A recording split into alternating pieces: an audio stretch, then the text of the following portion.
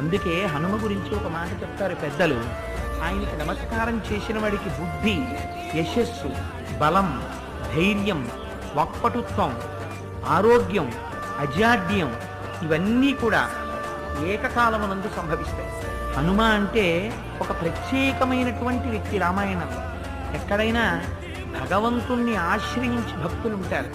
భగవంతుడు ఏ స్థాయిని పొందాడో భక్తుడు కూడా ఆ స్థాయిని పొందిన ఘటన రామాయణంలో. సీతమ్మ జాడ కనిపెట్టలేక ఇన్ని కోట్ల మంది వానరులు ఇక్కడ ఉండిపోతే తానొక్కరే 100 యోజనముల సముద్రాన్ని దాటి ఆధారము లేని ఆకాశ మార్గంలో వెడతాను అని నిర్ణయం చేసుకున్నారు.